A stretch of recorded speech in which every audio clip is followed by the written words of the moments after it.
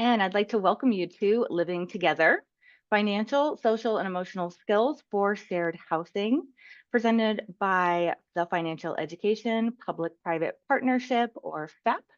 My name is Amy Klewer. My co-presenter is Melody Garcia. And we are so, again, excited to be here with you today. Last week I said, we wish we weren't here to talk about this. These are skills we think will benefit all students. This topic today, particularly in the context of the crises we're experiencing now. Just some norms.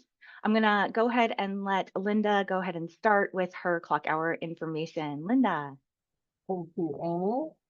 Yes, all of you, as many of you know, that have already enrolled, and I put you in PD Enroller for your clock hours if you requested them.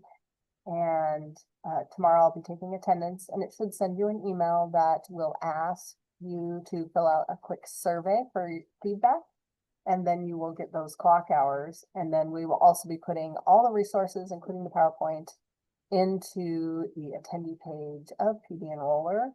And it does really, really help if you put your name and district or organization in the chat, because there are quite a few people where it may only be their first name or just say iPhone or something. And so when you can safely do so, like Amy said, put your name and information in there so that I can match them up to your PD Enroller account. Thank you.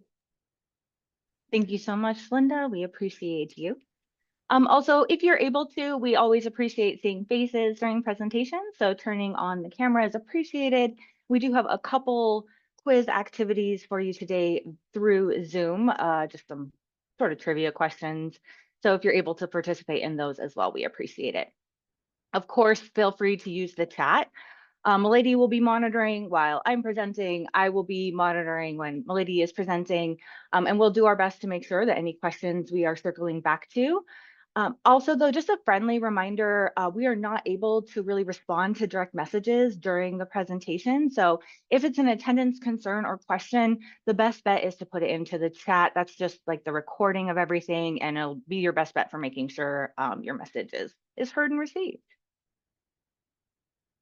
And as always, we just want to start with a land acknowledgement of our home on Native land. And I am joining you from the lands of the Spokane people, the traditional homes of the Spokane people.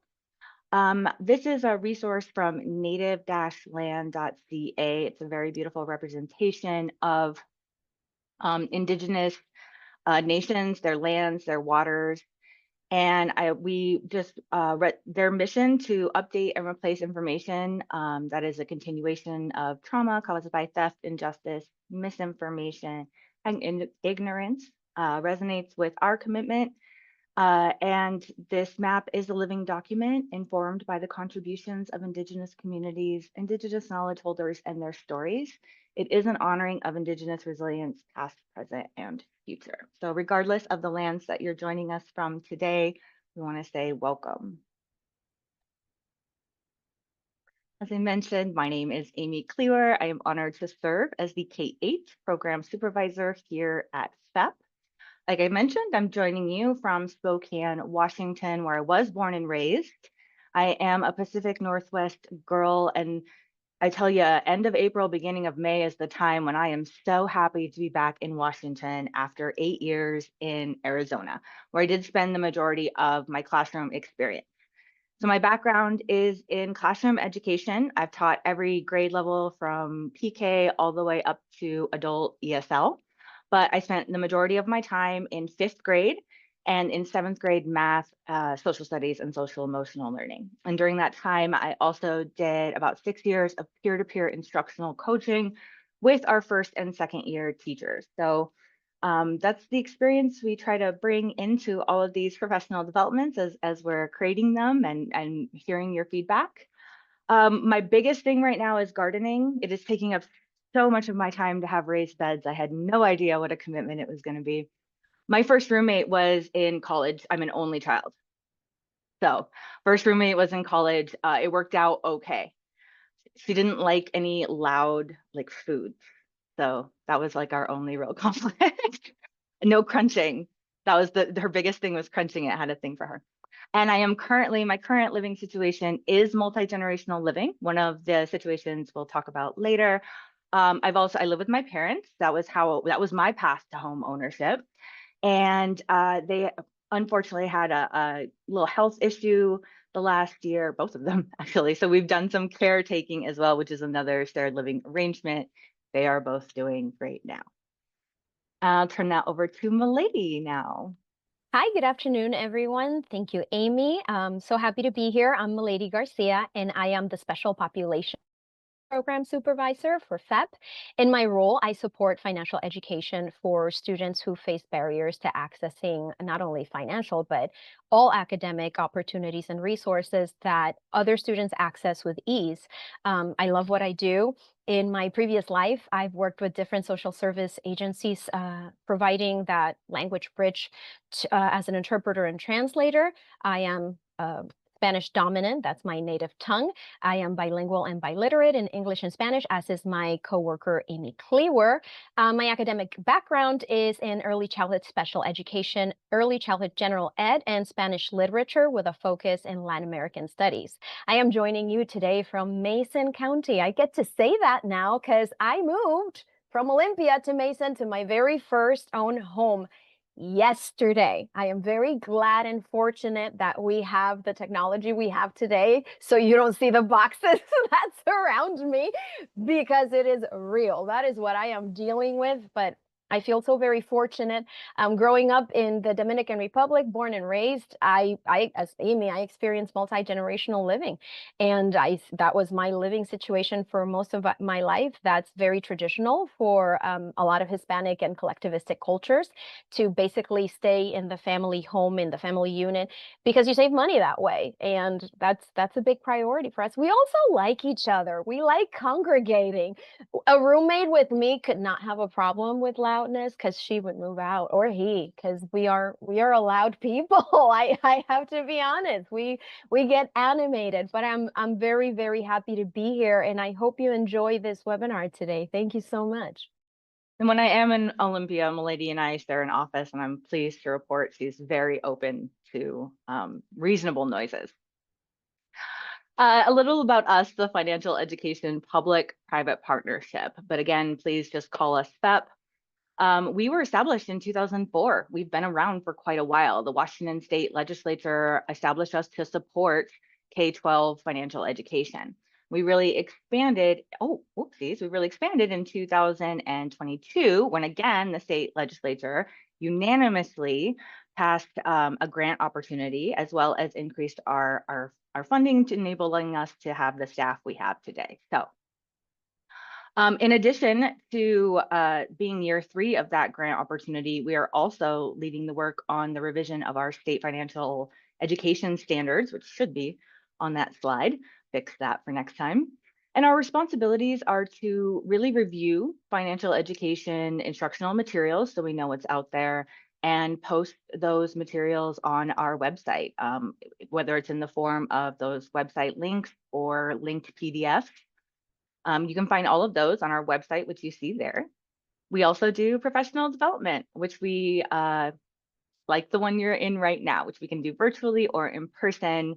And again, we facilitate that grant for districts to increase access to financial education, or just increase the financial education within their district. If that's something you're interested in, I highly recommend you check out our website.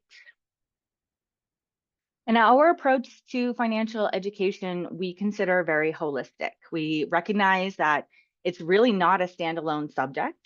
It can, of course, be taught that way, but there are so many meaningful cross-curricular opportunities in other content areas that we see as both an opportunity and a way to just recognize that educators in general have a lot of standards on their plate. So it is possible to fold this financial education in to existing content areas. And again, like I said, those cross-curricular opportunities, it's a popular term, but these are very meaningful and they can be very rigorous and standards aligned as well. So, but in addition, we're going to hit a lot of that social emotional side today. We have great collaboration with school counselors across the state, and we recognize how much readiness counselors do as far as that, college or career readiness, that post-secondary readiness, and this can really be an important component of that. So here are just a few of the standard areas that we're going to cover today, but like I said, you could make arguments for more. And really what we're going to do is we're going to start by talking about the co-living, the shared living arrangements that we're seeing, because they're a little different than the ones that we might have grown up with. And so some of our students may be entering into, that independent living without some of the background knowledge or expectations that we may have had, just because things have changed. We're also going to talk about some specific financial skills that we can be encouraging in our students, getting banked, building an emergency fund, and caring for our financial reputation. That's going to be mostly Milady with a little me. And then we're going to talk about social and emotional skills that we can also be developing that all really do connect back to financial education, but are helpful in any context.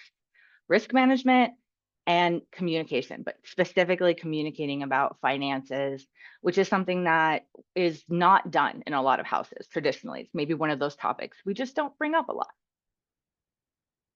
So without further ado, we are in the midst of a housing crisis, not just here in Washington, but in the nation.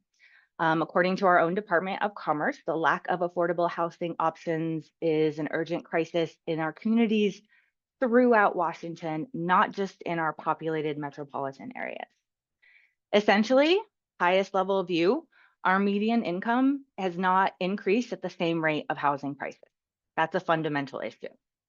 So even folks who are making a good living are having difficulty affording a home. Demand for housing far outweighs the supply. That's really the essential economic issue that we touched on last week.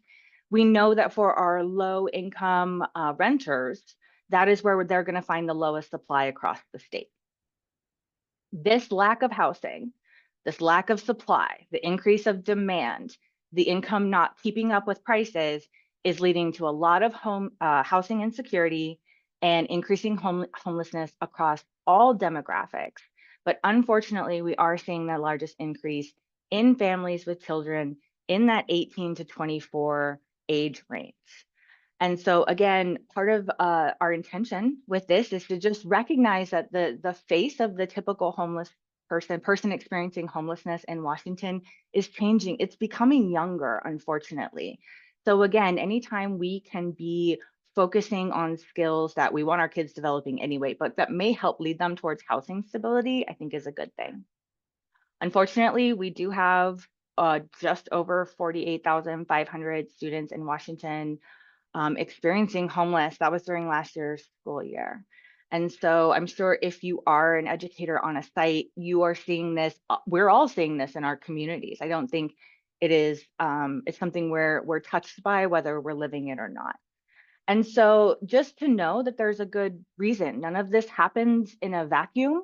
No one decision is going to lead to whether you can afford a house when your parents could or not. There's a lot of issues at play here. It's very multifaceted.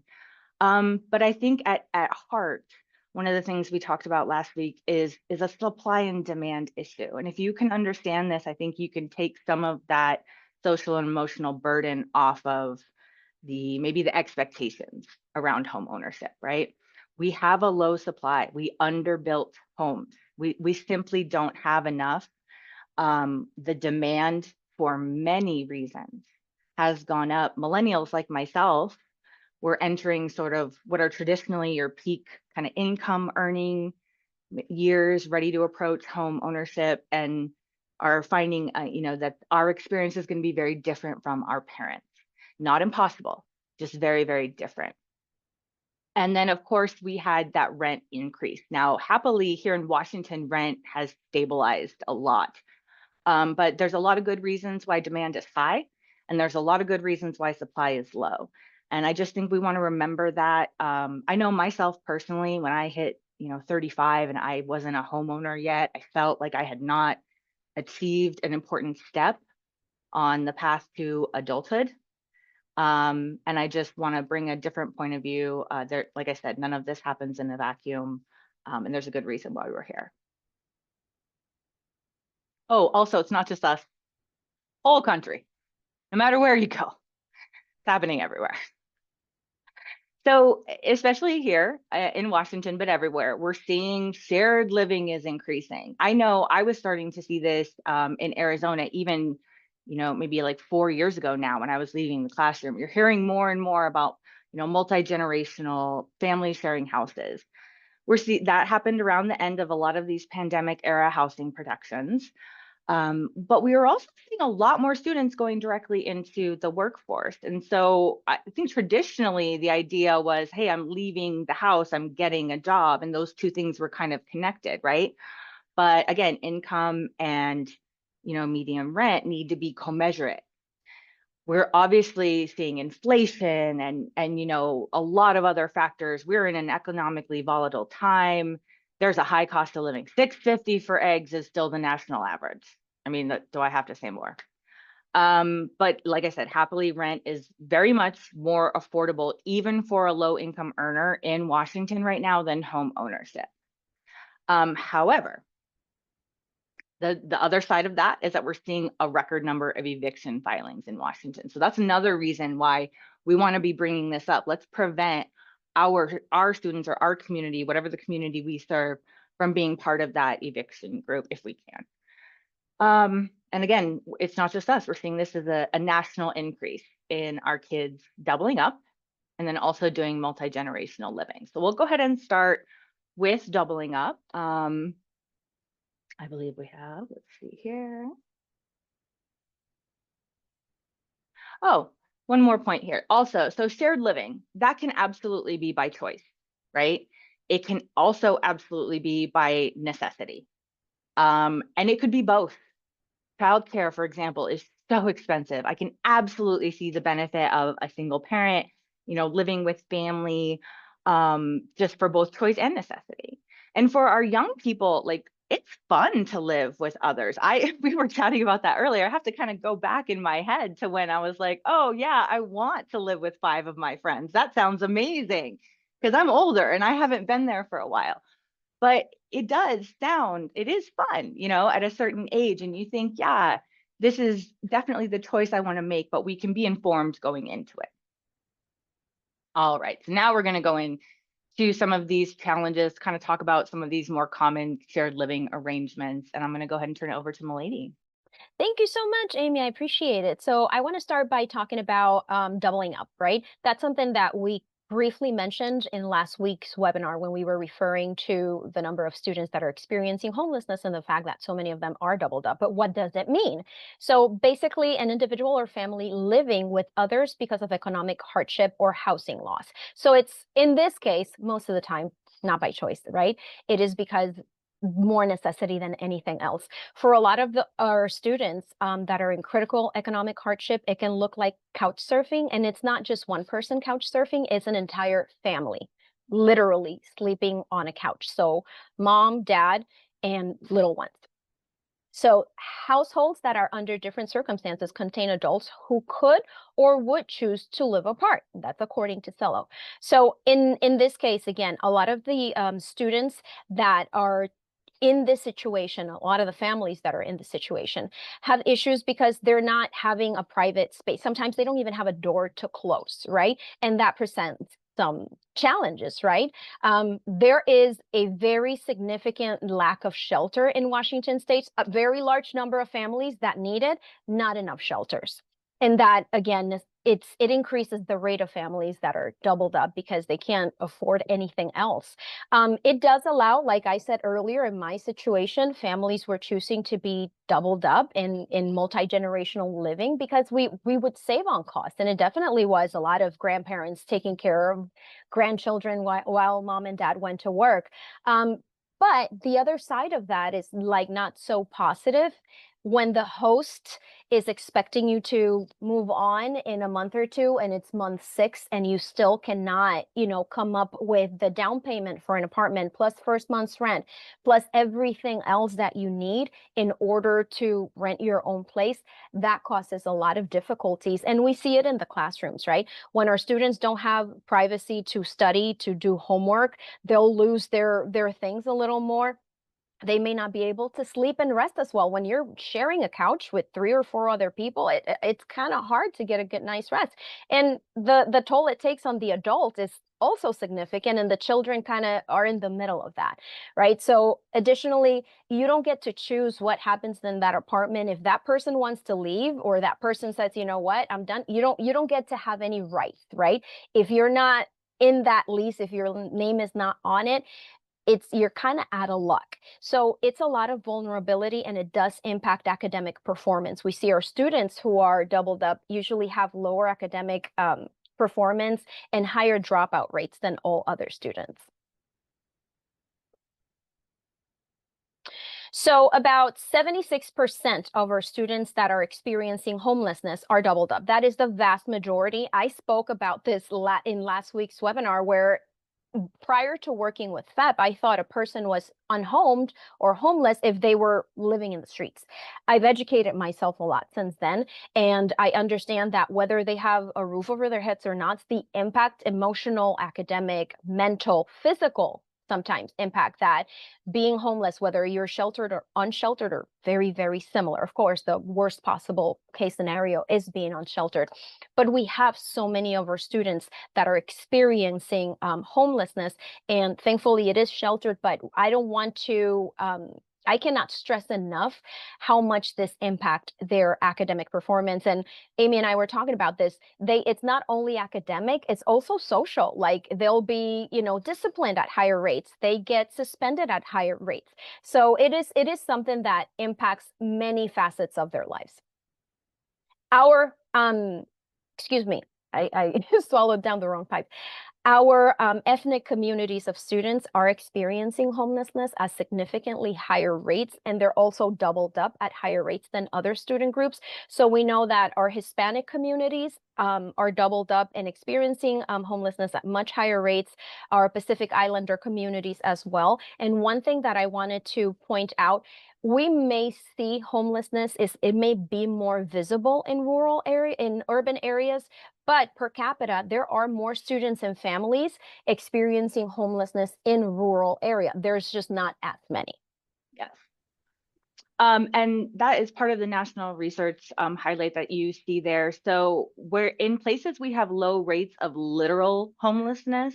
Now, when we change the definition, which the Department of Education does, they are really, because of the McKinney-Vento Act, counting doubled up students as homeless. When you start to do that outreach, you see that they are less literal homelessness, but much higher rates of doubling up in our Hispanic and rural communities, like Milady said. And I grew up in a rural community, and I could see it because in general, in my experience, there were bigger houses and like more area. So they call it hidden homelessness. And it's just the point that we want to make, that just resources and looking at problems and solutions within our urban population centers is not going to be the way to solve the problem. We really need to have, communication, impact, and outreach throughout the state. Yeah. So of course, with anybody who's doubled up, or really, as Milady was saying, experiencing that non-voluntary mobility, which would be our students experiencing homelessness, our foster youth, our migrant youth, which I know, Milady, we have a very high number. We do. Go ahead. Over 30,000 students are in the migrant education program. And of course, Right. they're experiencing non-voluntary mobility, but also our military kids. And we have a high number of students with parents that are in the military. Mm-hmm.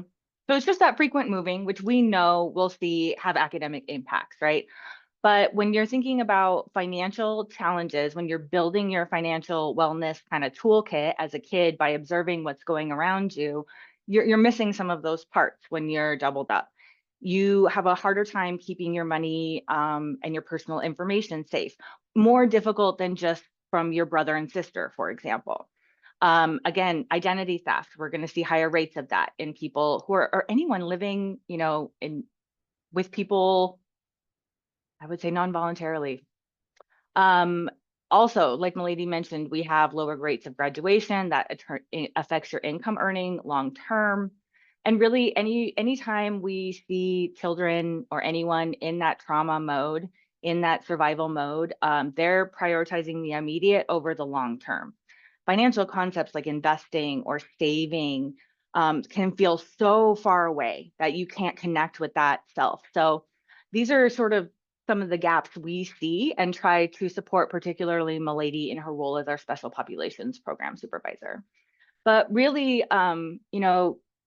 it's hard to improve a financial situation without adults around to model a healthy alternative for you. And so that is just another reason that we are not looking at teachers to wave a magic wand or solve the problem, or anyone else if you serve a different community here. But just talking and having these conversations can be the model that some students aren't seeing. And of course, I don't think I would need to tell you there's social emotional challenges here that you're going to see manifesting as behavior issues sometimes in classrooms. Anytime that you are in sort of a doubled up situation, especially as a child, I can see that affect the way you build interpersonal relationships. So you can imagine that that can have an impact on your ability to live with others in the future as an adult. You may be normalizing some things as a kid that a future roommate or a future partner may not see as normal. So that's just good to be aware of. Okay, we're going to go ahead and move on now to living with parents, which is becoming so, I think it's a pretty common answer to the question now. So I have, let's see here if I can find it. Where's my living with parents? I have a little poll in the Zoom. Oh, it's not letting me. Oh, well, we'll go without. Go ahead and just type your answer in the chat here. So what percent of 18 to 24-year-olds live with their parents? I had intended to give you just like an over under on the 50% just to make life easy for people, but I'll just let you go ahead and throw out your best guess. What we're using here is our NGPF, Next Gen Personal Finance question of the day. One of their features, one of their instructional materials. I love them. I reference them often in my PDs because they are true grab and go. You genuinely can just grab this. They have one for every day of the year if you really wanted to, but you can pop that slideshow up and roll through it like we're about to. Let's see, we have, quite a few answers in the chat. Let's see. I Some have people up got to really close. Yeah. really high. I have as high as 90, quite a few in the 60 to 70 range here. The lowest I've seen so far is 22, but I'm kind of scrolling. There's a 45 and a 20, but yeah, a lot between 60 and 70. So let's go ahead and reveal. Now, just for the record, you see the little Census Bureau. This was from the last census, so it is a couple years old. We're at 56%, so slightly lower than some of you thought. Okay, and we will kind of blow this up in just a moment, but you can see the slideshow would continue with the answer and then some follow-up questions for you to facilitate discussion with, students or whoever else is in class. We're gonna kind of key in on one of these questions, which is why is the percentage of 24 to 35-year-olds increasing? Okay. So when we look at our figure here, which I've kind of blown up, we have two different age ranges. Up on the top, we have 18 to 24, and then down below, we have 25 to 34. But we can see that both of them are trending upwards, which to me, if you're going back to 1960, makes some sense. Okay, 1960, 32% of women lived in their parents' home. 2022, 55% of women lived in their parents' home. I think we've seen some societal changes we could assign to some of it, right?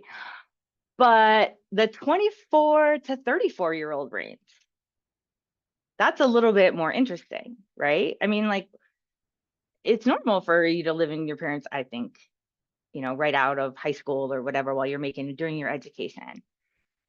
So then I realized the reason why I was so interested in this question is because it's because of people like me. That's why. Young adults these days, we're seeing trends. They're more likely to stay in school longer or like go for a second degree. They're more likely to postpone or forego marriage to a later age. And they're likely to form households later than previous generations. I am single and I don't have kids. I have moved back in with my parents twice in my adult lifetime, I'm in this range. In 2008 was my first recession. I lost my job in public relations and marketing and moved back in at the age of 25. And then at 2014, I went back to school to get a master's in education. And so for economic reasons and a little by choice, I moved in with them again. So this is my demographic. We're going back. We're not, once we leave, we are returning to the home. So I think that that's just an interesting trend as well that I would expect to continue. Why is that? Because the American dream, quote unquote, is getting very expensive. This is from Investopedia. They're calling it the American dream. I would maybe call it something different. I would maybe call it like the traditional American view of adulthood, or like our checklist to American success, maybe. I don't know. But it's expensive. It's getting more and more expensive. It's more than we make. And so we're seeing, changes in what has been traditional, because we have to. And that includes multi-generational living, which is going to be different than living with your parents. This me or you? Okay. So according to the Pew Research Center, they would count 2 adults, and they were saying like 25 plus in a household. Okay. I'm going to make it bigger. I can see you looking. I'm going to make it bigger. So 2 adult generations in a household, that number has quadrupled since the 70s. Okay. So again, we're seeing that increase. The US Census considers it 3 or more generations. So grandchild, child, or grandchild, parent, child. I'm sorry, I'm not saying that right, but you're picking up what I'm putting down. Okay, so according to the Census Bureau, we're looking at almost 5% of all US households reporting that. And around 7% of all of our family households right now are multi-generational. And as you can see, we have a map here. So there's definitely regional trends. We can see that, right? The darker the color on this national map, the higher the percent of multi-generational households. But I'm going to go ahead and zoom it up in a minute and have you guys kind of guess. I'm going to zoom up the map of Washington. Any ideas which counties? We have 2 of our counties would be in that highest quartile, highest percentage, that dark blue. I don't have all the counties in Washington memorized. Maybe you don't either, but you could at least guess if maybe yours is on there or not. So we're looking at doubled up families. Oh, I'm sorry, multi-generation, not doubled up, multi-generational families reported. We're getting a lot of King County guesses in the chat. Got King and Snohomish, Pierce, Whatcom, Grant. We got a Spokane in there, but predominantly King County. Very interesting. Good guesses. Okay, so let's go ahead and click in here. So it's actually not King County. It would be Yakima and Franklin, right? So of course, Yakima is going to have City of Yakima. Franklin has Pasco. If you Google it, Yakima is going to be Apple County, and Pasco is an irrigated farmland county. So perhaps that has something to do with it as well. Like we said, larger rural communities sometimes have larger dwellings. Maybe that can be an impact as well. But they so also have, sorry, Amy, they also have like higher rates of Hispanic families and cultures that do have that collectivistic mindset. There you go. And that, I think that also makes a big difference. So speaking of that mindset, there's a really strong tie between race and ethnicity, statistically speaking, and the likelihood that you'll be living multi-generationally. According to Pew, and this is again from the Pew Research Center, the strongest indicator statistically is race. So the range of age, I think I did the math before. I think it was like a 9, but the range is 13 when it comes to race. So you really see a bigger disparity there. It's a rapid growth of our US, Asian, and Hispanic populations, which Milady mentioned are collectivistic in nature, meaning they do inherently value the group over the individual. Whereas this is traditionally Eastern, but not always, whereas Western cultures are usually described as individualistic, where we favor the individual. But also, we're looking at a shift in those young adult priorities that we had talked about before. And like I've experienced this, like I said, I'm third generation Japanese, and I've been doing multi-generational living since I was a teenager when my grandma moved in with us after my grandpa passed, and I am now living with my family. It wasn't necessarily, I would say, an expectation, but it was always just very accepted, and particularly as an only child, like it's a responsibility that I feel I have, and I'm okay with it. But Milady, I know yours would be different. Absolutely. So again, growing up in the Dominican Republic, also very collectivistic. In my case, very traditional family. My grandma was a boss lady. She ran that house and she raised me. My parents emigrated to the United States in 1988. I immigrated in 1994. And up to that point, it was that definition of multi-generational by HUD, where it was grandma, parents, and grandchildren. And I felt very fortunate because there is an element of being cared for and nurtured. You're never ignored. People are always kind of like looking after you. Blessing and a curse, because if you get in trouble, there are a lot of eyes on you. You can't get away with anything. But as an adult, I also transitioned to living on my own very recently. It was just 2 years ago. In my household, as I started earning more and my parents started earning less, we were still sharing space, but the financial responsibility kind of shifted until I was like, okay, you guys are retired. You can do this on your own now. I'm gonna go and do my own thing. And at that point, I felt very good about that choice because I didn't feel like they were not going to be okay financially. But again, that's a very traditional, household that I came from. There are very liberal, non-traditional Dominicans. I don't want you to think that all Dominicans are the same, but by and large, I think the vast majority of us are. And we do, it's like Amy said, we do like to congregate. We like to party. The only time we're quiet is when we're eating, when we have food in our mouths, and maybe not even then. Let's be honest. You said that. I want to be extremely clear that you are the one who said. All right. So, I mean, clearly, I don't think I had to convince anybody that living with parents, family, or multiple generations is going to have social and emotional challenges, right? I mean, whether that is I moved here for college and I'm living with, my cousin that I don't know that well, or I decided to live with my sister, or like she said, grandparents and parents are all together, right? So, again, we're looking at contributing versus supporting. Lost productivity. So hours that perhaps you are spending that you could be earning income, you're doing with family responsibilities instead. You still do not have legal protection for informal arrangements. And then this is one, if bills are in your name, but people aren't living up to their financial responsibilities, you can have consequences. That's really important for anyone who hasn't, as we're preparing our students for that independent living. You can get fees and damage to your credit score. So we'll talk about that with roommates. But if bills are not in your name, you really want to know if you are covered under insurance. That's one thing to really think about, but also just like you could have lapses in service. It can be inconvenient. And then we're seeing a lot of statistics on caretaking now because it's becoming more prevalent. Women are more likely to be caretakers, and we also still live longer, like again, according to the data. So that's always just my plug for particularly women need to be considering our financial future and investing. Social and emotional, oh my goodness, so many.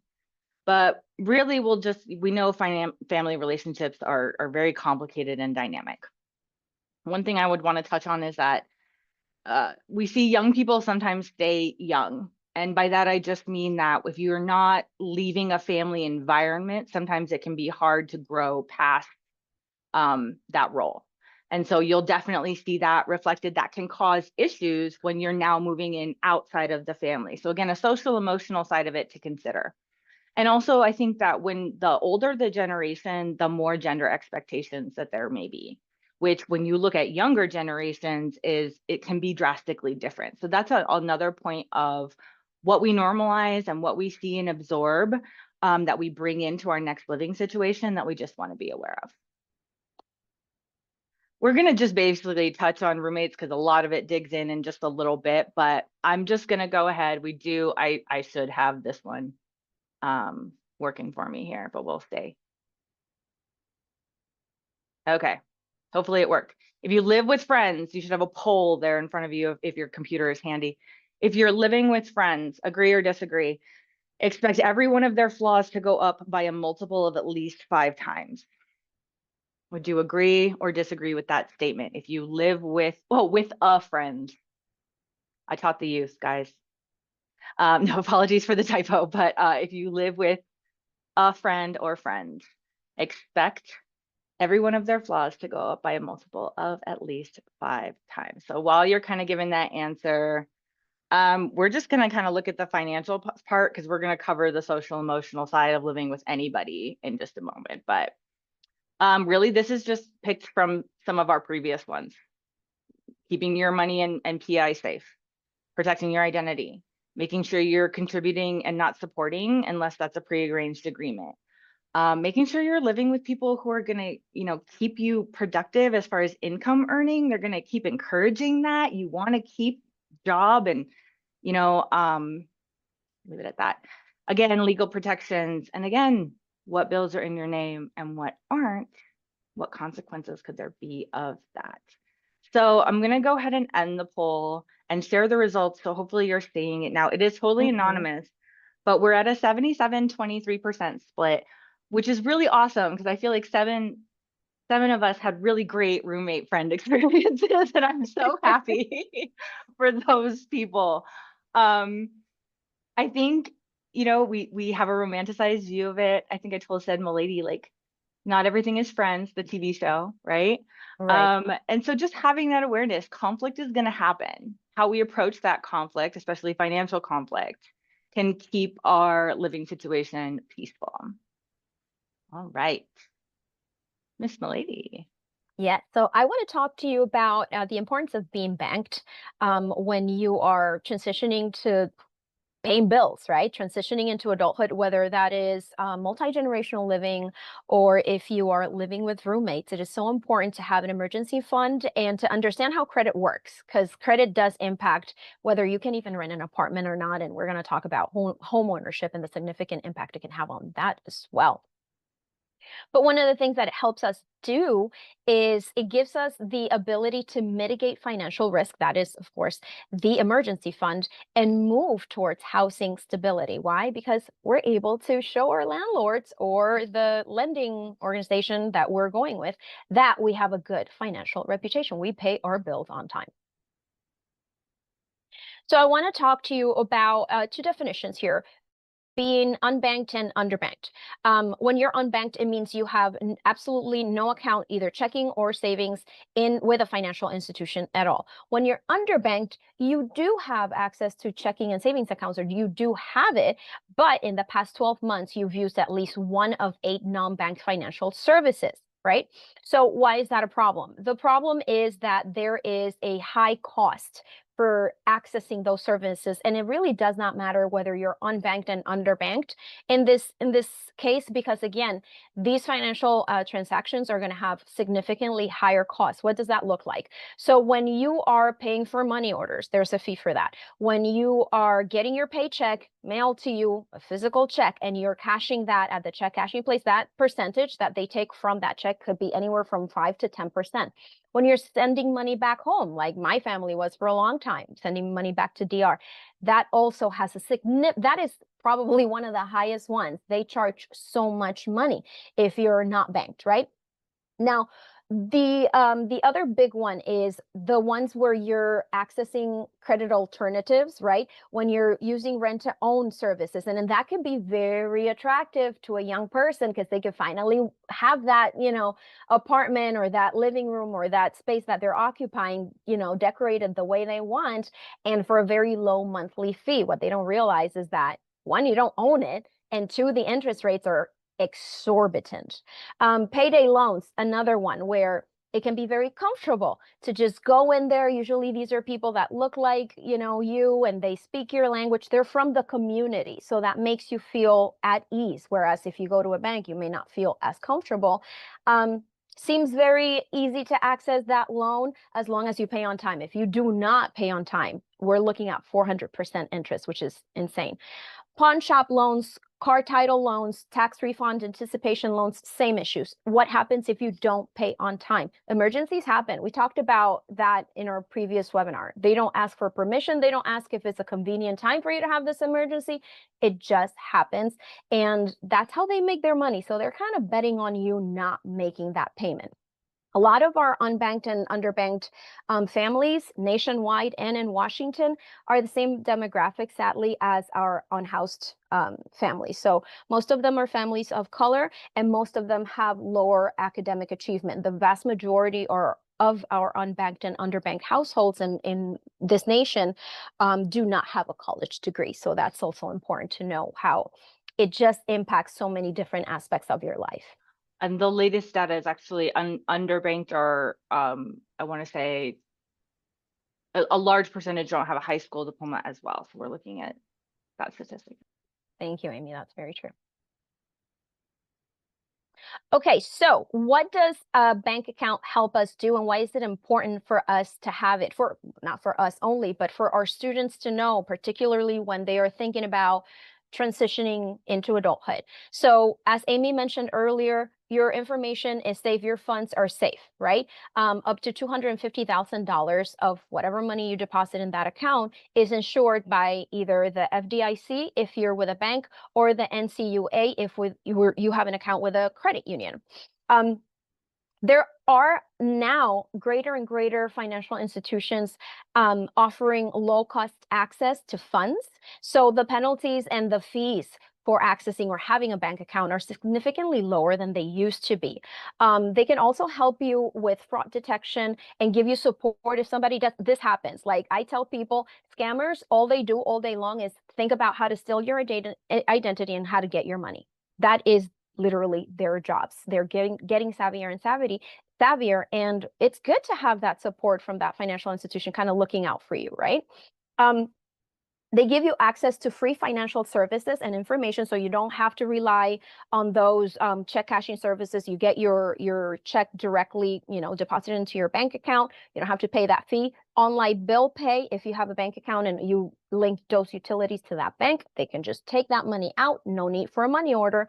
And there's also low barrier accounts, and I'm really excited to tell you about those, particularly for those families that may feel they don't understand yet the financial system of the United States, students as well. This will happen more with our newcomers. Traditionally, undocumented families also have a lot of trepidation around having their information in a bank or having any financial institution have any sort of information, especially about their location. So what do we need usually to open an account?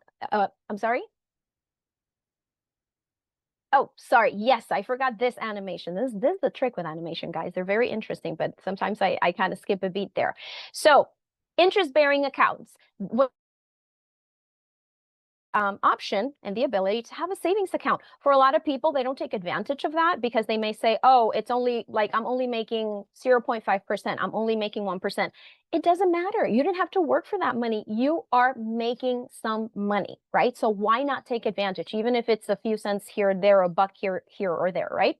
The fees are often low, or they have, some of them don't have a minimum balance anymore, especially those low barrier accounts. And some of them have like, you only need $5 to open that account. Automatic transfers from checking to direct deposit, as I mentioned earlier, and it gives you the option, this is really, really important, to build an emergency fund. And that is very, very different from savings. Your emergency fund is something that you do not touch unless you have an emergency. If you touch it, you start growing it again and start growing that emergency fund right away. It also gives you credit visibility, right? When you have an account with a financial institution, it allows you to start building credit at lower risk. So you don't have to access these car title loans, this paid lending loans or anything like that. Good financial reputation can lower your rent. Your landlords are going to look at that, right? Your insurance, we were talking about this earlier, Amy and I. There are insurance companies that if your credit is too low, they won't back you, like they won't insure you.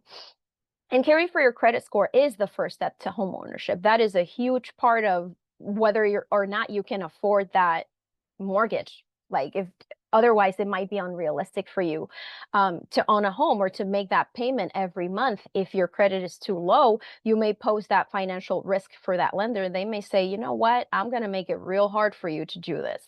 So definitely a lot of benefits to being banked, and it can really help you long term, whatever your goals are, whether it is to rent or own a home. Awesome. Thank you, Milady. I'm bringing you to what you were talking about. So, Milady has identified 3 things, and then we have like a sometimes, a little asterisk for a sometimes. So if you're able to, and you think you know what you need to open a bank account, I would encourage you to kind of drop that answer in the chat. If you're there, if you're able to see it, I made this point, but for those of you who aren't following along there, this is great, essential information for our students who aren't getting it at home. But I don't know that we can, that I honestly believe it's great information for all of our digital native students, okay, who are growing up with digital banks and P2P apps like Venmo and Cash App. And in some cases, really thinking, oh, I don't need a bank account. I have Venmo. I have Cash App. That's where I keep my money. But that phone is stolen, that money is gone, and there's no one to help you. There's no insurance. It's not protected. Some of these places do not even have a customer support number to call. So that point. So for additional learning opportunities, if you're like, hey, I want to bring some of this information into my students, or I serve a community where this would be useful, we really, really encourage you to invite financial professionals into the classroom. That could be anybody from a bank or a union teller or a manager, a loan officer, a lender. I mean, it could even be a realtor. It could be anybody that's connected to finance. If you're interested in this topic, we've linked a PBS NewsHour segment that has a lot more of the national level and some of the root causes of this issue. We've also linked a student activity packet from Next Gen on just the benefits, why there are good reasons to be banked, if that is, again, if you serve a community where you think that would be useful. We have a lot of answers in the chat. Let's see. We got IDs, probably our most common. I see address. I see social. I see picture ID. Oof. All right, here we go. Revelation. There's quite a few of you who, I think actually a couple of you got this. So we have our identification, of course, address, right? And then, yeah, initial deposit. And then social security card is going to be a maybe. Do you want to talk about that a little bit, Emily? Absolutely. So again, this goes back to those low barrier accounts that are becoming more and more financial institutions are offering that option. For example, if we have an undocumented individual who doesn't have a social security card, they may take an ITIN number, and you may be able to access and open an account with your ITIN number. So you no longer need a social security number to open an account. And usually it's with those financial institutions that offer low barrier accounts. Which is such an amazing service to be able Yeah. to give to our entire state. So we're going to move on now to another financial skill. We're going to see how prepared you all feel for a financial emergency. And again, this is 100% confidential. No one's given you away here, but I just launched another poll. How prepared do you feel for a financial emergency? And really, I'm asking you, you can think of your household if you want. This kind of reminded me when I made this slide of, when you go to a wedding and people will say, raise your hand if you're married. Raise your hand if you've been married for 2 years, for 5 years, for 10 years. And we get to the people who've been married the longest. And I guess I was kind of, when I made this slide thinking, you know, how could you handle a $200 emergency? What about 500? What about 1,000? What if you were unable to work for a month, right? So these are questions we want our students to be stressing or ruminating about, but to be considering, and to be prepared for financial emergencies. And Milady's going to tell us a little bit about emergency funds. I'm going to give folks just a little bit longer on the poll, and then we'll give the result. Thank you. So, as I was saying earlier, an emergency fund is very different from savings, right? This is a cash reserve specifically set aside for unplanned expenses or financial emergencies. And as Amy mentioned, they're coming, right? We can have a flat tire, we can fall ill, as happened to Amy. She was laid off. We can be fired. So many things can happen where if we don't have that fund, what ends up happening is we are super duper stressed. So an emergency fund is basically going to be used to cover obligatory expenses, or essential expenses. So that's going to be your housing, utilities, insurance, transportation, tuition, and other debt, right? We don't get to say, well, I got laid off, so I don't have to pay this bill anymore. That's just not how it works. And it's important for students to know that. It's important for them to hear that, because they may just think, well, I could just tell them that I'm not working anymore. That adulting is rough, and that is just not how it works. So having that information, knowing that it is very different from having a savings account or having your savings, which is usually with a certain goal in mind, where I want to save $500 because I want to go watch, my favorite artist in a concert, and you do that and you feel great. An emergency fund does not work that way, right? You're praying and hoping that you never ever have to use it, but in the back of your mind, you're going to have to, right? So it's an alternative to accumulating debt or accessing retirement funds. When that happens, like usually there's a penalty for it, so you don't want to do that. If you're having to pay for utilities or anything like that with your credit card, again, interest rates, you don't want to be in that situation. And that our last webinar had great information on, if it happens and you don't have that emergency funds, what can you do to help you at least stay house while you get back on your feet? Another big thing is the emotional and mental toll that it takes when you don't have that emergency fund, and all of a sudden, oh my God, I'm in this situation. It's fight or flight, right? It's traumatizing. Whereas if you have that emergency fund and you say, ideally, economists like to say minimum 3 months of obligatory expenses should be your emergency fund. We don't want our students to be like, oh my God, I can't, there's no way I'm going to save that. So start small, but start saving, right? Start putting something towards that emergency fund. That is what we should be communicating to them. And the big thing is, it's going to happen, it's going to suck, but you're no longer going to be traumatized or losing sleep, or your mental health, your emotional health is not going to be compromised, because you're going to be like, oh, wait a minute, I have this emergency fund precisely for this eventuality, which I knew was coming. And energy can be used to recover, plan, clean up that resume, right? Start looking for jobs that you may enjoy more, where you make more money. It gives you the ability to kind of look ahead and not be stuck in the present, where you're having to mitigate this situation.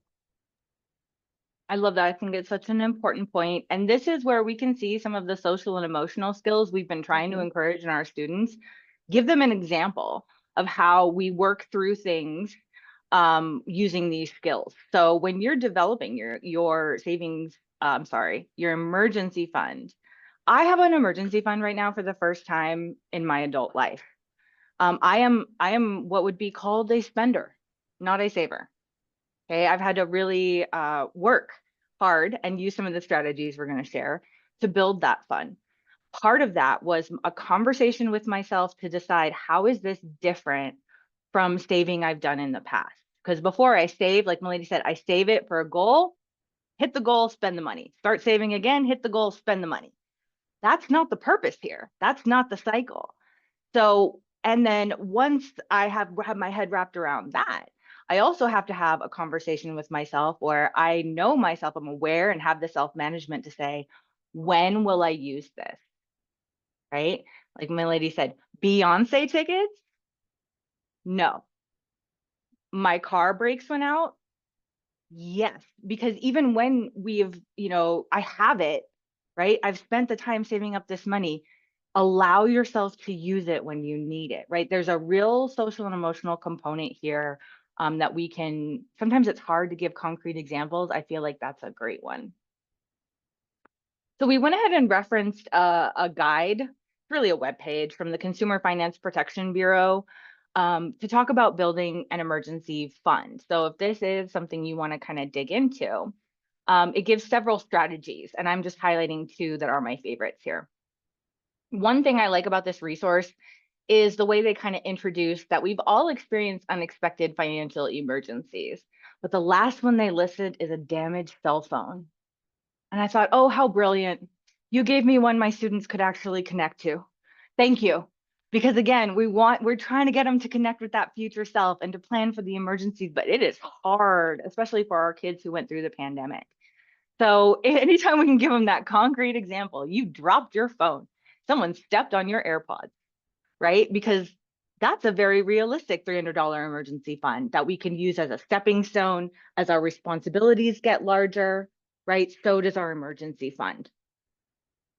One of the strategies that I used and I thought was really cool that they highlighted here, especially for our students who are working, right? But still useful for anybody with an irregular income but is working. So if you're hourly or doing a gig economy, right? There are still times during the year, like as Americans, tax time, where we can expect an influx of money. That could also be a holiday or a birthday, right?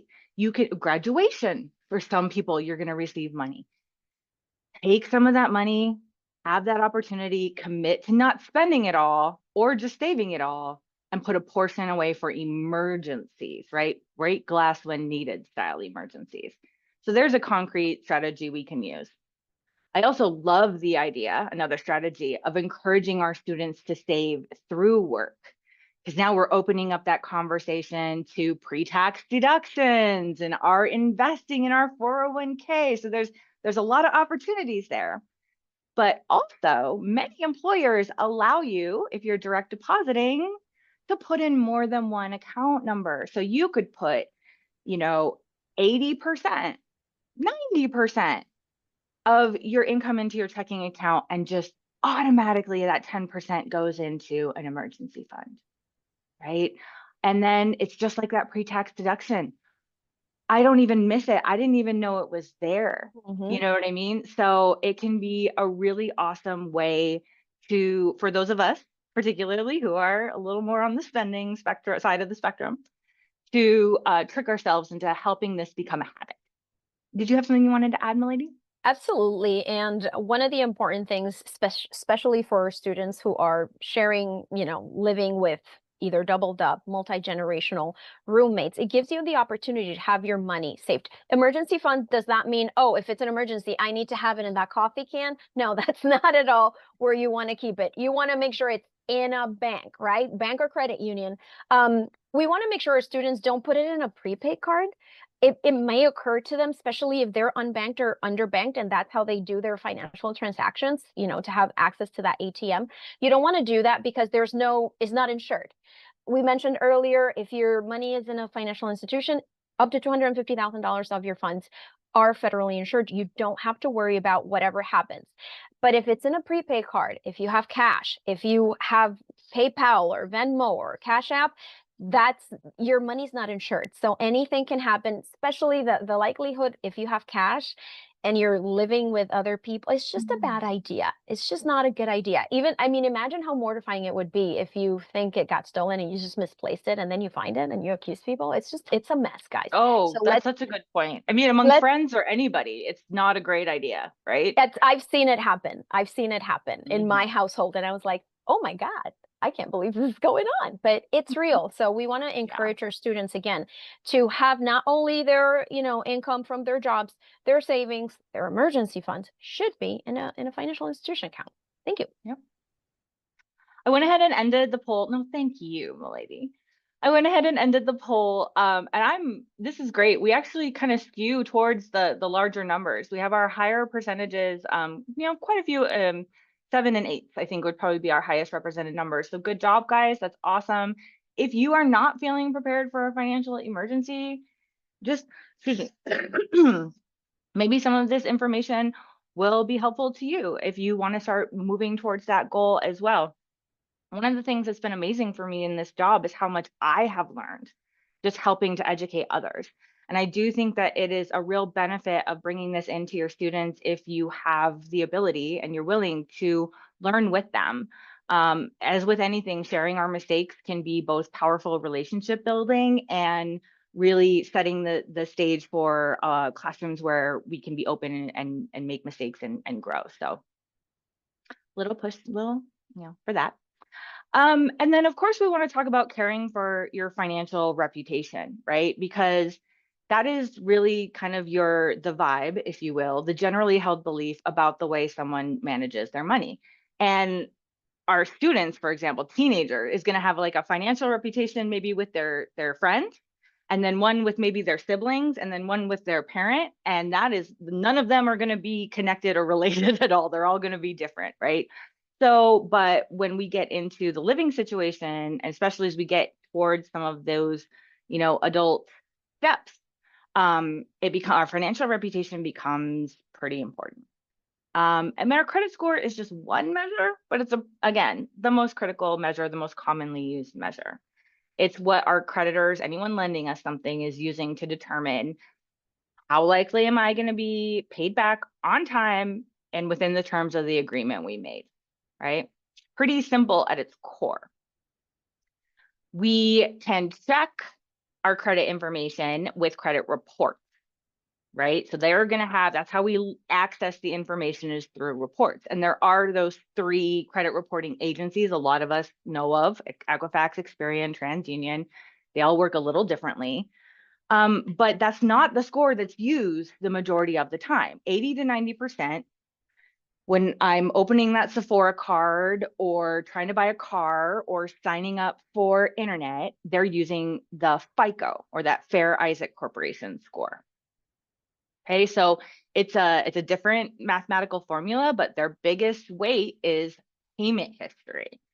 What do you mean your financial reputation? Your payment history. Do you pay people when you say they're going to, on time and in full, right? So there's the first concrete step to caring for your financial reputation is your payment history.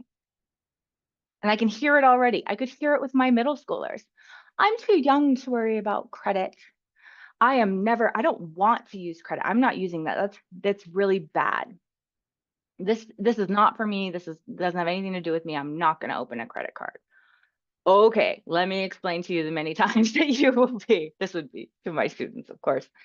Insurance, lower the credit score, higher the rate for coverage. And then, like Milady mentioned, you could be denied. Again, property owners, we're not just talking about owning a house though. When you're looking at apartments, your deposit, your security deposit, how risky are you? How likely are you to cause damage to this place? One indicator of that is your financial reputation, right? So you could have to pay a higher deposit just to get in. Again, with utility companies, I don't know if this is as common as it used to be, but when I was first moving in, I definitely had to have my credit. It was at least a soft check for every utility company. And again, a deposit, it's not like they won't give you power, but they're going to ask you for cash up front because you're not a safe bet. They're not 100% sure you're going to pay them on time every month, right? And even cell phones are checking our credit. They want to know, if I give you a $2,000 phone up front, what is the likelihood that you will make these monthly payments that we've agreed on and pay me back for this phone? So here's some examples of ways that you can make this feel more relevant when it can feel pretty far away for students or teenagers. And all of this information comes from this amazing curriculum from the Annie Casey Foundation, which we have linked here as well. I learned a ton flipping through these pages, but it's one of those great things to just have on hand. It has everything from checklists to, let's say you have something you want to dispute on your credit score. I have like an example email and a checklist for that. It's just a very handy resource for people of all ages. So we've linked that there. And we want to make sure we stop and just have a second for questions. If anyone has anything that's kind of come up, or we do actually have something in the chat. Fantastic. Can we talk about how best to honor the pressure to support family members instead of building a savings and emergency fund? That's such a good question. Yeah. I know Milady's going to want to comment on this one. I'm just going to first just chime in with, I would try to make it an and not an instead. Because like Milady said, if we can put $5 aside for an emergency fund every month, that is slow saving, that is still saving. And I think we can honor that pressure, and I'm definitely going to let you talk about that part, but just I would try to, if we can reframe that for this person we're trying to support, to an and, even if it's minimally. And then Right.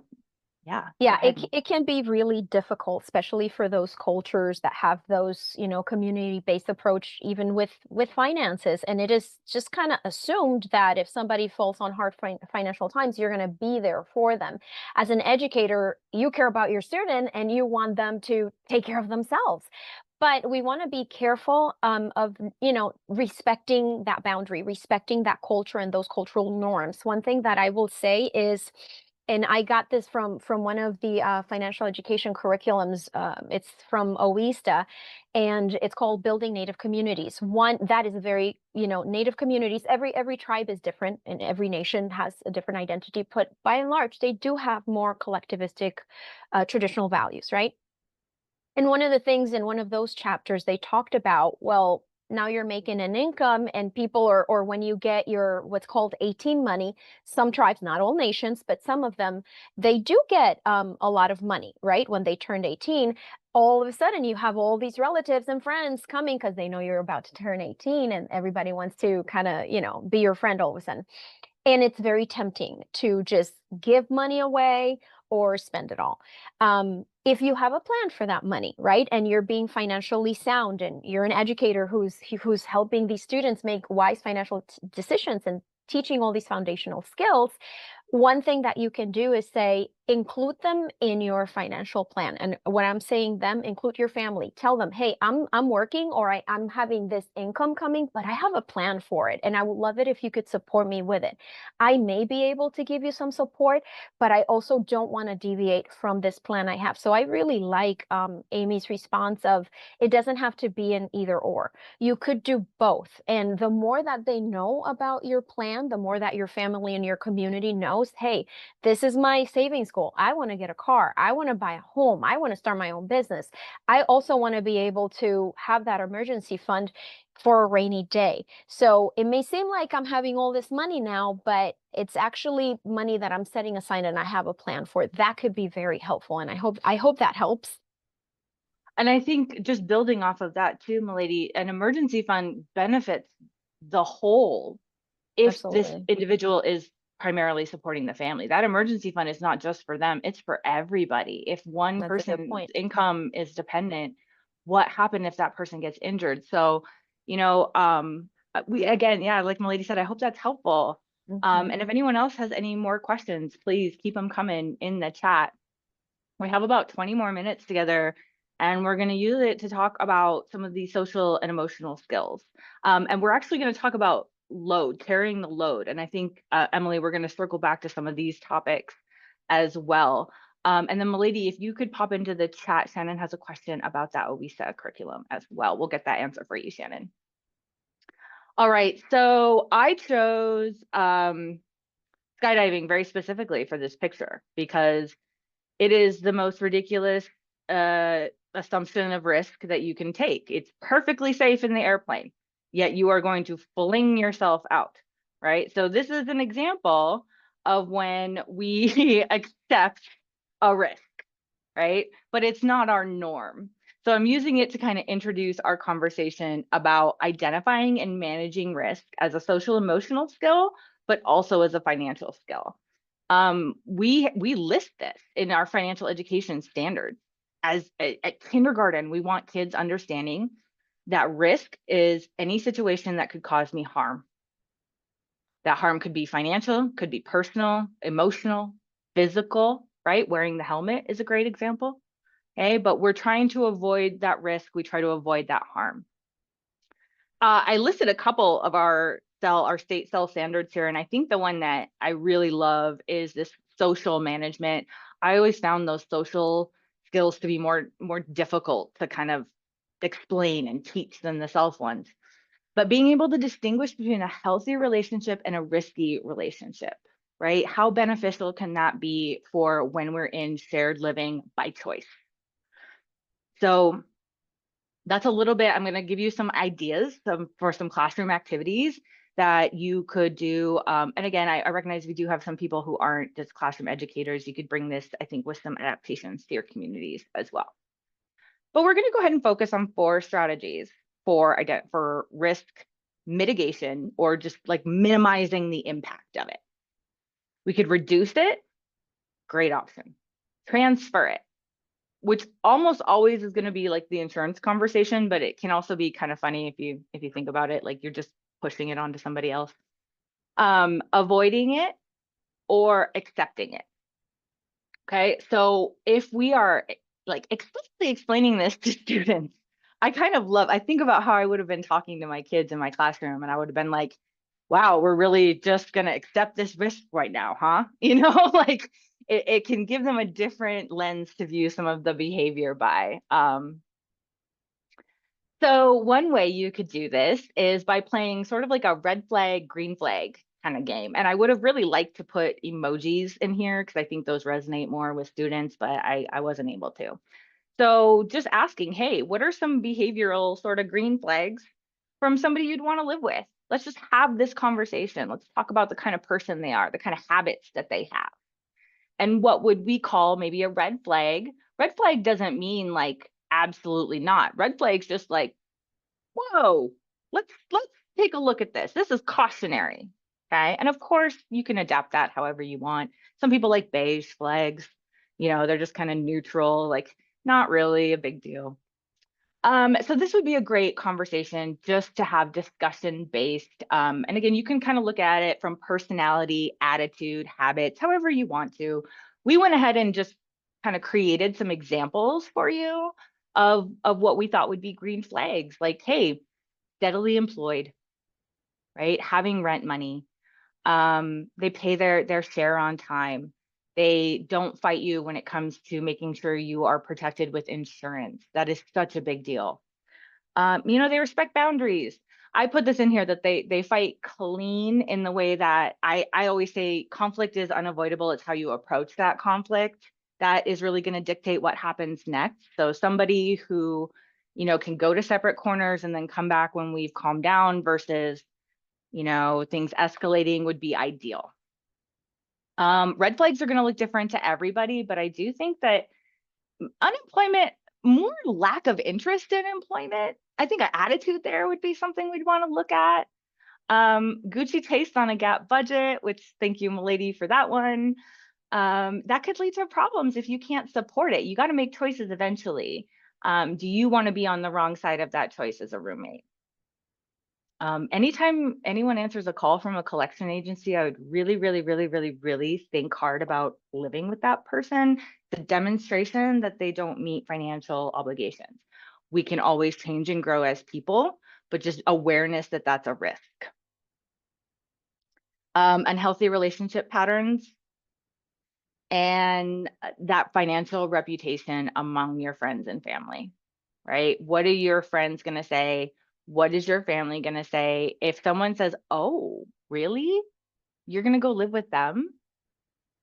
Do you want to be that person? Nobody wants to be that person, right? We want to have a better reputation than that. So hopefully this is an activity that could give you kind of an opening to that discussion and have them looking at something they may not have considered before. Another way you could look at this risk kind of analysis and how ways to mitigate it would be, and I use this with this specific example, but you could really use any example or situation or context and kind of throw it up as what is the risk, and ask students to develop an example of each of these strategies. So I use the example of a violation of lease, right? That's a common reason for evictions in Washington. We know we have a lot of evictions. So if that's our risk, is being evicted for violating the lease terms, well, how could we reduce that risk? Every single person reads the lease from back to front. All of us, all three of us, plus an adult. That reduces the risk. Transferring, this is when I said it was funny. Transferring the risk just shifts it. That's kind of like saying, I had my mom read the lease for me and she told me what I could do. Right? Is that actually going to minimize the impact of that risk? That's not your best strategy, right? So walking through some of these scenarios, it could be with younger kids as simple as riding your bike without a helmet. It could be driving without a seatbelt. It could be driving without insurance. There's so many different ways that we could talk about this. But it just has kids looking at protecting themselves, having the self-awareness to recognize when they're in a risky situation, like entering into a risky roommate contract, and avoid it. And keeping up with my little graphic organizers here, I'm going to come back to one of my favorite decision-making strategies, which is PACE. I don't know if you guys are familiar with PACE or if you use PACE. I'm a sucker for a good acronym, and that's what it delivers. So we have a problem. We provide alternatives, right? We're choosing between all alternatives. Our agency comes from our criteria, which we decide what's important. Then we evaluate, and D, decide using a numerical scale and letting the highest number be the decision. So I see this all the time in moving and independent living, but it's, what apartment do you want to live in? We have to choose from these 3 apartments. Like, let's pick an apartment, the best apartment based on location and price and what's important to us. And that is a great skill. But I really think we should be applying this to the people we live with as well, when we have that option. If you are given an option, I could move in with my best friend of 6 years, or my cousin is saying I could live in her spare room, right? Okay, now I have a real world decision to make. Between these 2 alternatives, I get to decide 4 criteria that are important to me as a roommate. And then I get to evaluate. I mean, burn after you do it if you want, if you're nervous about it, so no one sees your evaluation, but I get to decide. I can honestly evaluate, and then I can look at least, mathematically, what's the best choice. And I know we've all, made a choice and then kind of realized after that, you're like, oh, that's not actually what I want to do. But hey, maybe it helps you get to that point as well, right? It's going to give you some objective perspective on decision making in a social emotional context, not just choosing a car or an apartment, right? So I went ahead and did it with my little friend group, my friends, Danielle, Sarah, who is actually my cousin, and Melanie, who is married to Sarah's brother. So if I had to choose between living with them, I had to think what would be important to me, Amy. I very much care about financial reputation because I've spent a lot of time rebuilding my credit. It's really important to me. I couldn't risk that with a roommate who wouldn't have the same priorities. And a reliable job, because like I work hard. I don't want to be, in any situation where I feel like somebody's benefiting off of me. And that's not what I'm looking for in a roommate. I am super clean, so cleanliness is important, but really just considerate, just a generally considerate person. So then there's 3 of them. So I'm going to rate each of them kind of 1 to 3. Do not tell anybody. No, just kidding. And totaling it up. Okay. So if I just go straight by the numbers, Sarah is probably my riskiest bet. And that's just because of the job situation. She's not feeling great about where she is. She's probably going to leave the job that she's at. And that is not going to be a peaceful situation for me. Melanie is probably my safest bet, the least risky option. If I can handle the lack of cleanliness in exchange for knowing the bills are going to be paid on time, right? So we can't always have everything, but can this get us close enough? All right, so let's see. Last little thing we're going to talk about are a few little activities on communication, right? So we've been talking this whole last couple of time about making sure that when you can, you're choosing your roommates wisely, you're prioritizing, that income and financial reputation, and maybe prioritizing that over the super fun. Like, would you rather have, this is a great question for students as well. Would you rather have a roommate who pays all of their bills on time without fault, but is in their room? You guys don't really talk. It's not like you don't get along, but like the most boring roommate ever. Or would you rather have like the coolest, most fun, best friend roommate, but you never know if they're going to pay their rent or not, right? What are your deal breakers? It's really important for us to think about that. And in a lot of the curriculum, they don't really talk about like the nitty gritty real world stuff that our kids will have deal breakers about, right? Like, um, I don't know. There's a lot of examples here that can feel like very serious topics of conversation. But if your goal is a peaceful coexistence, your best chance is making sure you're on the same page. I would call this more of a social contract for the house. What's the expectation within the house? Right? So if we might not all have the same ideas on what quiet hours should or should not be, but we at least need to have that discussion. Is the best way to avoid financial disputes. I always am going to say make a list of your possessions before you move in, right? Before you move in is going to be when you want to do a lot of this stuff.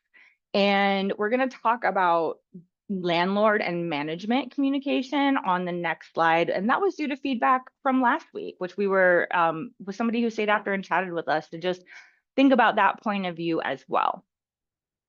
So on the last one, we kind of went through sort of like house rules and social contract. We definitely recommend a financial contract. And that means going through every single detail of how will it be split? How will expenses be split? Which ones?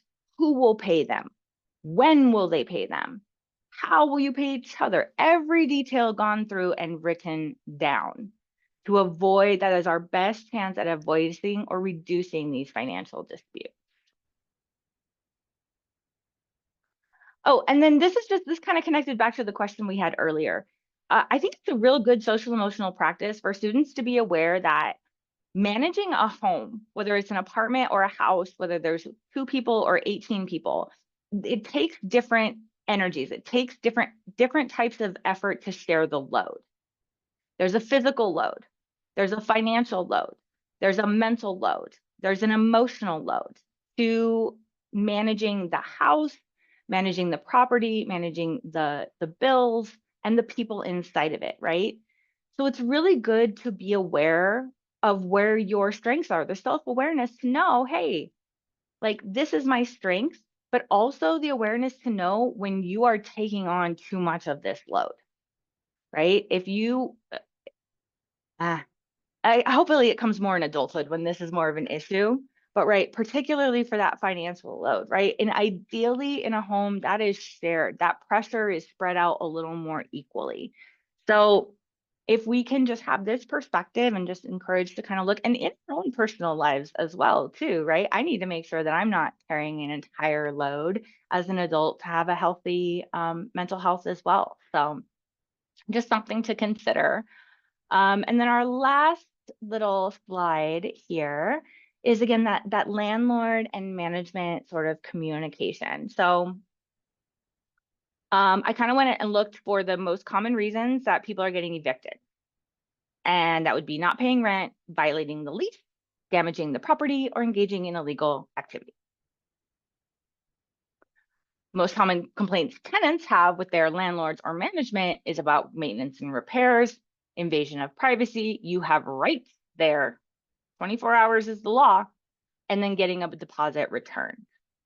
Okay, so just being aware of what causes disputes can help us be preventative, avoiding them or reducing them, right? And then I went ahead and this could be another kind of idea. What is the responsibility of a tenant, of the landlord, and what is both of their responsibility, right? So there's another kind of idea you could go through with students if you're looking at this from a slightly different point of view to say, what do you think you're responsible for and what do you think they are? And of course, I gave you some answers, so to give you just some material to work with. And one thing I really like that they point out for both here is keeping the relationship professional, making sure you're not being friends with your landlord can be very, very risky. So we just want to make sure that we're making that point. Oh, and then the last thing we did was reference that financial contract that we talked about. We went ahead and referenced an activity that you could go through and do that as well with your students. This is budgeting with roommates from NGPS. This is a very brief explanation, but as you can see, they give you the apartment. Each kid is assigned as a roommate, and then they work through a financial contract together. So that is the end of our presentation together. Again, this slide deck and these resources will be put together on a linked PDF for you. If you have any questions about the social emotional side of things, or if you want any other questions, please, put them in the chat. We are here. But oh, thank you so much. We had a lovely comment in the chat that they wish they had someone to teach them this when they were in high school. And I thank you. I really appreciate that. We take that to heart very much.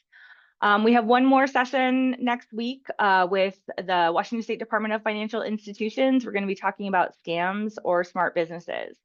For example, is a meme coin, is that a scam or is that a smart investment strategy, right? Let's look at it from a critical thinking point of view. So, and again, if you joined us late, thank you so much for being here. Please do sign in with your name and district in the chat. We really use the chat as kind of that primary record of who was here. So if you came in before that, please make sure you do that so we can get you credits for your clock hours. And thank you again so much for being here. We really appreciate you guys.